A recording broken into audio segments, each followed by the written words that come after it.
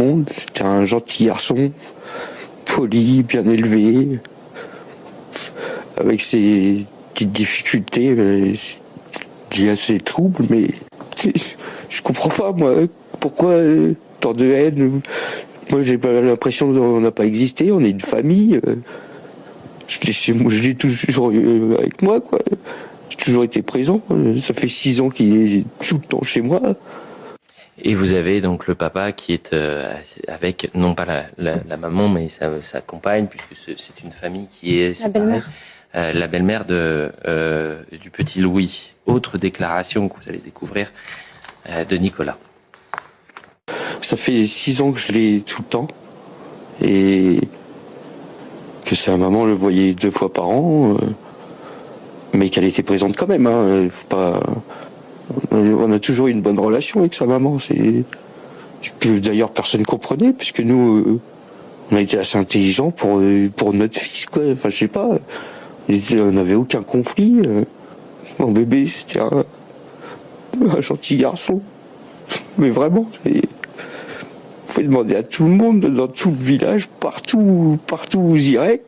Je fais tout ce que je pouvais. Après ces 16 ans, j'ai sorti de l'ITEP. Enfin, avec sa maman, on l'a sorti de l'ITEP.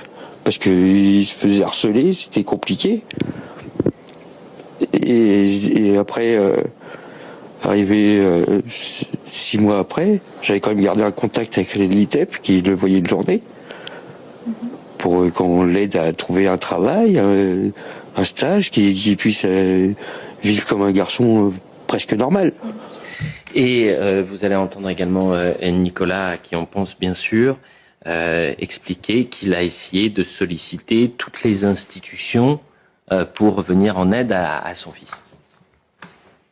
J'ai demandé de l'aide à tout le monde, j'ai été voir toutes les institutions.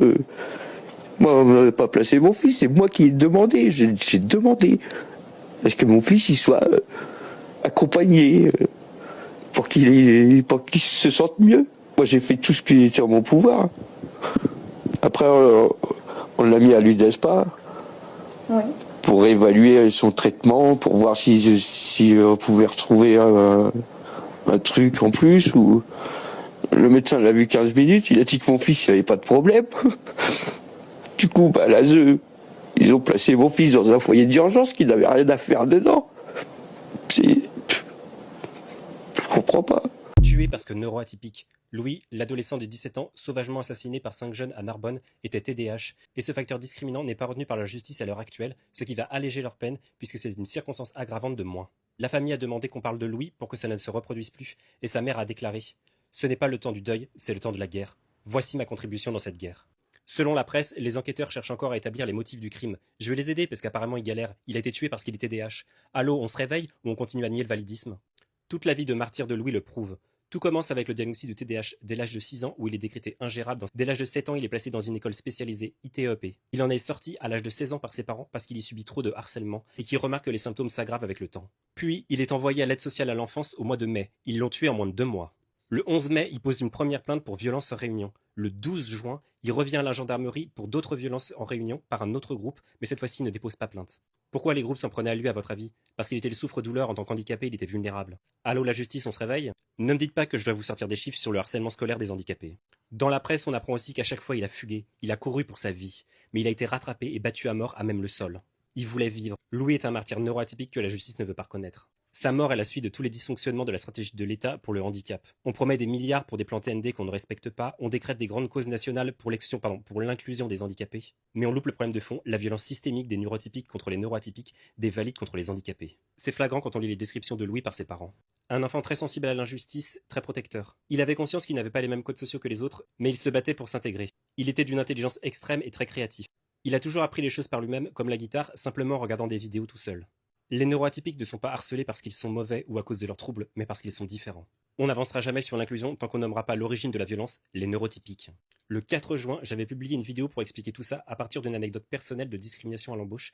La vidéo s'intitulait « A-t-on le droit de nommer les gens qui nous discriminent, les neurotypiques ?» En introduction, je disais « Le non-autisme, c'est comme le tabac, ça tue alors parlons-en ».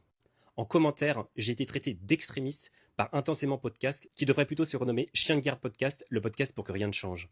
Cette proposition clivante extrémiste est encore pire que les situations réelles contre les personnes autistes. Votre discours est ce qui fait de la neurodiversité une idéologie qui est en train de s'autodétruire.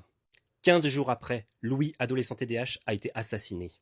Ma vidéo n'était pas extrémiste, elle était prophétique. La réalité m'a donné raison en 15 jours, pas un de plus. Aujourd'hui, tout le monde se scandalise de la mort de Louis, mais quand on fait de la prévention toute l'année, quand on dénonce la violence, on se fait insulter. Après la mort de Louis, moi au moins, je peux me regarder dans une glace, et ça c'est pas le cas de tout le monde. Je suis fier d'être traité d'extrémiste parce que je dis la vérité que la société dénie et que aucun tribunal ne reconnaîtra. Louis était un adolescent neuroatypique qui a été battu à mort par 5 neurotypiques de merde. Il a été tué parce qu'il était neuroatypique, il a été tué par des neurotypiques. Voilà la vérité interdite. Sa mère a déclaré « Que la France soit prête, nous sommes déterminés et je suis enragé comme jamais. Moi aussi, j'ai la rage. Honneur à nos morts, ni oubli, ni pardon. » Louis, mon fils, mon amour, ma vie. Depuis samedi, la vie s'est arrêtée pour moi. Tu t'es battu comme un lion, mon amour, avec toute la force dont je sais que tu es capable, et je te remercie, mon amour, de m'avoir donné la chance de marcher avec toi jusqu'au tout dernier bout du chemin, mon amour. Tu es venu au monde dans mes bras et tu es parti dans mes bras, entouré de tous tes proches et de leur amour. Il n'y a pas de au revoir entre nous, mon bébé. Tu es et tu seras toujours avec moi. Maman est en mode guerrière, mon fils. Tu sais que je me battrai avec chaque once de force que j'ai pour que justice te soit rendue. Je t'aime, mon boubou, tellement que mon cœur ne sait plus comment battre depuis que son métronome est parti. Fais-moi danser avec Dieu et les anges sur ta musique, mon amour.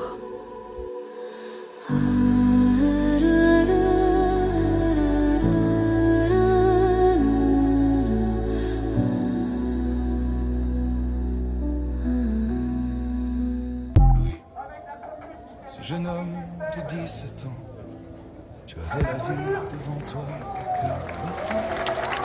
Dans la nuit du 19 juin 2026, personne t'a entendu le plus cruel supplice. Tombé dans un guet-apens, pris au piège de la haine, 5 personnes contre toi déchaînant leur violence.